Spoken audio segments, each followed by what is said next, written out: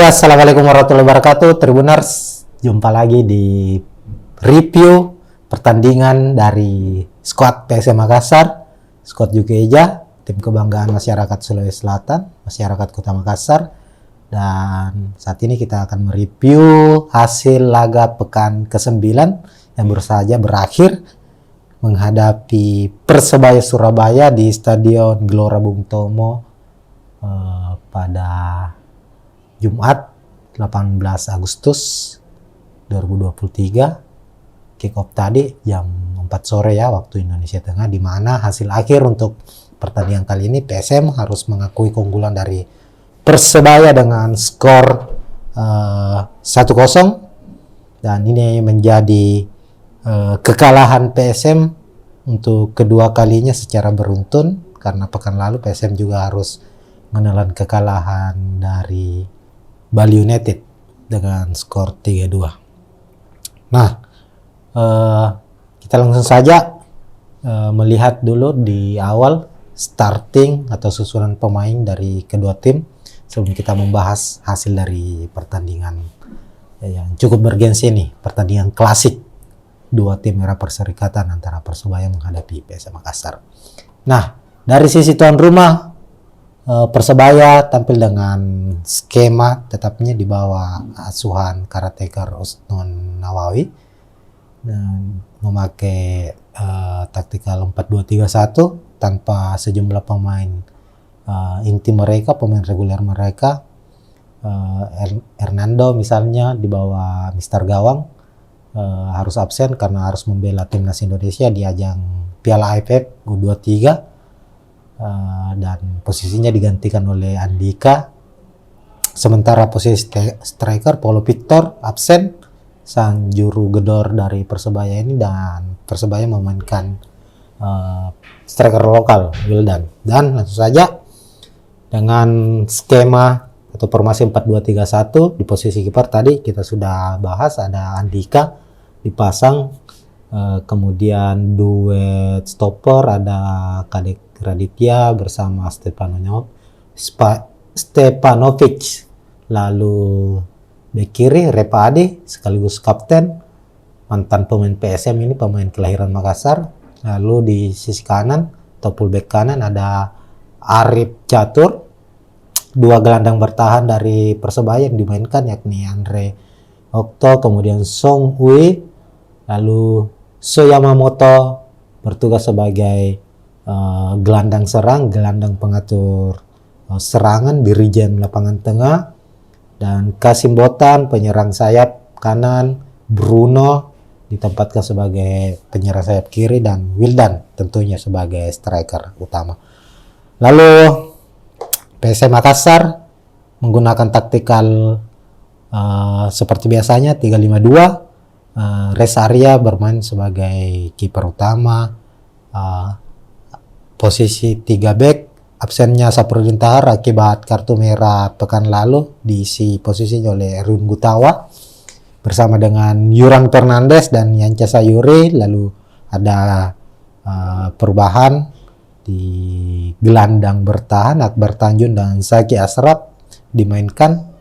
Emarpan harus absen sehingga Zaki menjadi pilihan utama bersama Akbar Tanjung ya. Lalu Kenzo Nambu sebagai gelandang serang, Yakob Sayuri, Rizky Eka Pratama sebagai gelandang sayap. Posisi duet striker PSM mengandalkan Everton Nascimento bersama dengan Adilson Silva. Ini karena William Pluim harus absen, bahkan tidak ada dalam daftar line up. Belum diketahui pasti informasinya apakah William Pluim dalam kondisi cedera atau ada urusan keluarga, karena informasi terakhir William Pluim tengah berada di Bali, di mana lokasi tempat tinggal dari anak dan istrinya. Nah, sepanjang babak pertama PSM Makassar awal di babak pertama memang Persebaya sebagai tim tuan rumah menginisiasi serangan, melakukan upaya-upaya penguasaan bola agar bisa membongkar pertahanan PSM. Namun PSM mampu menciptakan beberapa peluang di babak pertama. Bermain cukup rapi, bermain cukup rapat secara lini pertahanan maupun di lini tengah PSM itu bahu-membahu untuk menahan gempuran dari para pemain Persebaya di awal-awal babak pertama. Beberapa peluang mampu diciptakan PSM Makassar melalui Kenzo Nambu misalnya, lalu Adilson juga beberapa kali memenangkan duel, Everton pun demikian juga beberapa kali memenangkan duel. Begitupun dengan lini sayap dari PSM Makassar, mereka tampil cukup baik, melakukan tusukan-tusukan. Hanya saja pada menit ke-8 PSM kecolongan. Persebaya mampu mencetak gol melalui Songhui. Songhui mendapat peluang umpan dari Kasim kalau tidak salah ya, saat itu melepaskan umpan ke Songhui yang berada di luar kotak penalti tanpa ada penjagaan ketat dari para pemain PSM Makassar, langsung melepaskan tembakan ke arah gawang PSM. Tembakan keras, tajam, dan mengarah ke sisi tiang jauh, tidak mampu ditepis oleh rest area. Padahal lompatan rest area sudah bisa membaca arah bola, hanya saja sepersekian detik tembakan Songhui jauh lebih cepat, maksudnya lebih cepat dibandingkan dengan gerakan melompat dari rest area. Akhirnya di menit ke-8 Persebaya mampu unggul. Setelah unggul, Persebaya sedikit menurunkan tempo permainan. Dalam artian mereka lebih banyak melakukan ball position di area pertahanan sendiri sambil menunggu upaya dari PSM, karena PSM sudah tertinggal. Saat itu PSM terus secara menerus menyerang. Tercatat secara statistik PSM mendapat peluang tembakan sebanyak 20 kali. Bayangkan, Tribuners, 20 kali upaya yang dilakukan oleh PSM Makassar, 4 diantaranya tepat sasaran, dalam artian tembakan mengarah ke gawang, namun tidak ada satupun yang menjadi gol. Memang secara keseluruhan permainan PSM jauh lebih baik dibanding Persebaya untuk urusan permainan. Meskipun secara penguasaan bola Persebaya unggul, tapi unggul tipis, hanya 59%, PSM Makassar 41%. Tapi untuk urusan menciptakan peluang, PSM memiliki tembakan 4 kali mengarah ke gawang, Persebaya hanya 3 kali, dan total tembakan yang dilepaskan PSM ada 20 kali, sementara Persebaya hanya 6 kali. Tapi ya, lagi-lagi untuk akurasi tembakannya ya Persebaya dengan hanya minim tembakan ke arah gawang PSM itu menciptakan akurasi tembakan di angka 60% dan 1 berbuah gol. Sementara PSM 20 kali percobaan hanya 4 yang mengarah, ya akurasi tembakannya hanya di angka 25%. Tentu ini satu PR besar ya bagi Bernardo Tapares untuk menatap laga-laga selanjutnya. Memang kalau kita lihat secara permainan PSM sangat-sangat baik. Bagaimana mereka terus membombardir pertahanan dari tim Persebaya, silih berganti dari sisi kanan, sisi kiri, itu mengandalkan kecepatan dari para pemain. Bahkan garis pertahanan PSM itu cukup tinggi setelah mereka tertinggal di menit ke-8. Yuran bahkan bisa langsung memotong upaya serangan balik yang dilancarkan oleh pemain pemain Persebaya itu di area tengah lapangan. Ini menunjukkan bahwa pressing ketat dilancarkan oleh PSM Makassar. Mereka berupaya untuk memutus secepatnya upaya serangan dari Persebaya. Lalu ada upaya yang dilakukan Yuram mengirimkan umpan langsung ke sektor sayap. Lalu sektor sayap lah ini yang berupaya untuk menembus ya, karena beberapa kali terlihat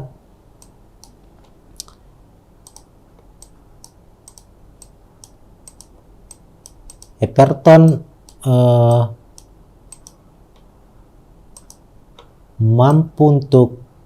Everton dengan Adilson utamanya mampu untuk memenangkan duel, padahal di dalam area pertahanan Persebaya sendiri mereka selalu memenangkan duel, mampu menciptakan peluang-peluang.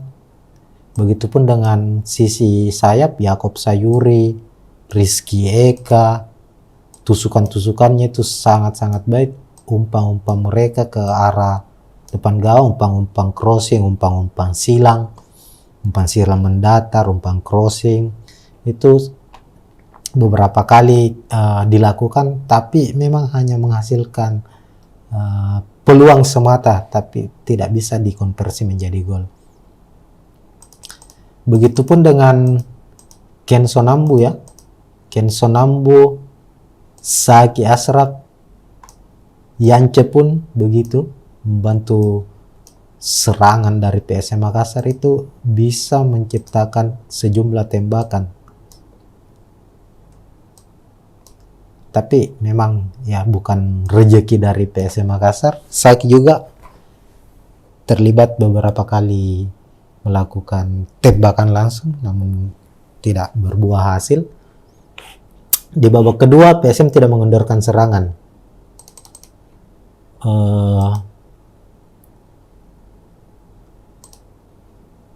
Kita tahu bersama bahwa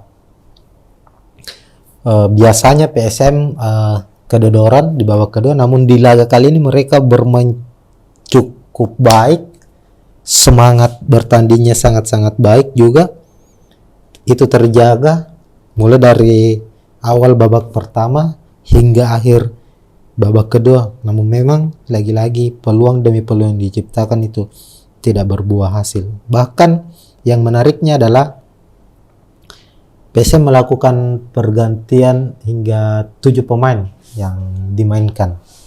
Maaf, ada berapa ya? Kita lihat di sini ada 5 pemain yang dimainkan dan keseluruhannya adalah pemain yang memiliki tipikal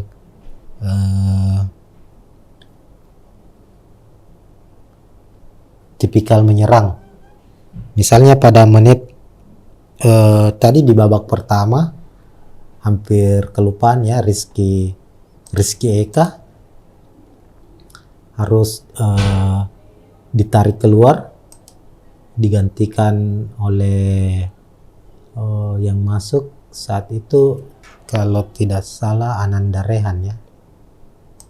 Ya, Ananda Rehan masuk.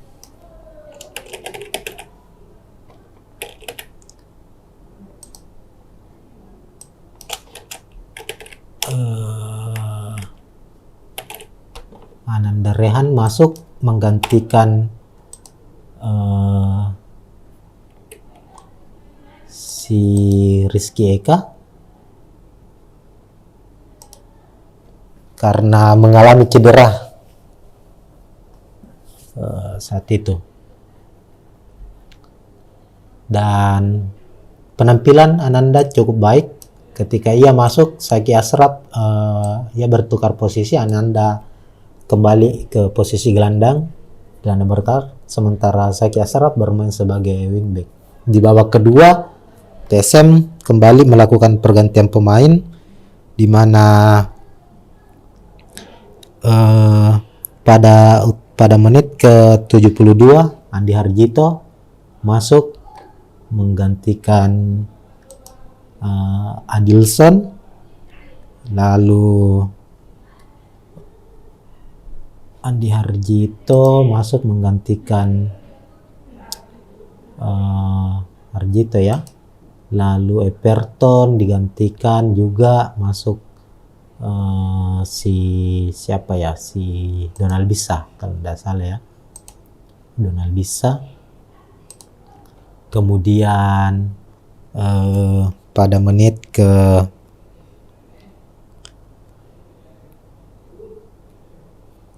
88 Victor Detan juga masuk menggantikan Yakob Sayuri. Victor masuk menggantikan Yakob Sayuri. Dan begitupun dengan ya, sudah masuk semua ya. Ya, ini Ricky Pratama juga masuk menggantikan Kenson Ambu. Ini perubahan yang dilakukan oleh Bernardo Tavares di babak kedua. Ada 1, 2, 1, kita lihat bersama. Ini cukup menarik ini di babak kedua, di mana PSM memainkan 1, 2, 3, 4, 5 pemain muda, pemain usia di bawah U23 dimainkan secara bersamaan di mendekati akhir-akhir babak kedua, dan para pemain ini diharapkan untuk bisa membongkar pertahanan dan menghasilkan gol, sebab sebelum mereka bermain PSM cukup kesulitan. Bahkan kita lihat hingga menit akhir, menit ke 94, karena pertandingan ini tambahan waktu di babak kedua itu ada 4 menit, ada peluang yang sangat baik diciptakan oleh Yance Sayuri. Yance melepaskan tembakan, lalu saat itu ada menunggu Ananda kalau tidak salah, Ananda dan Donald Bisa, Andi Harjito juga menunggu. Semua menumpuk depan. Victor Detan maju, Saki Asraf maju,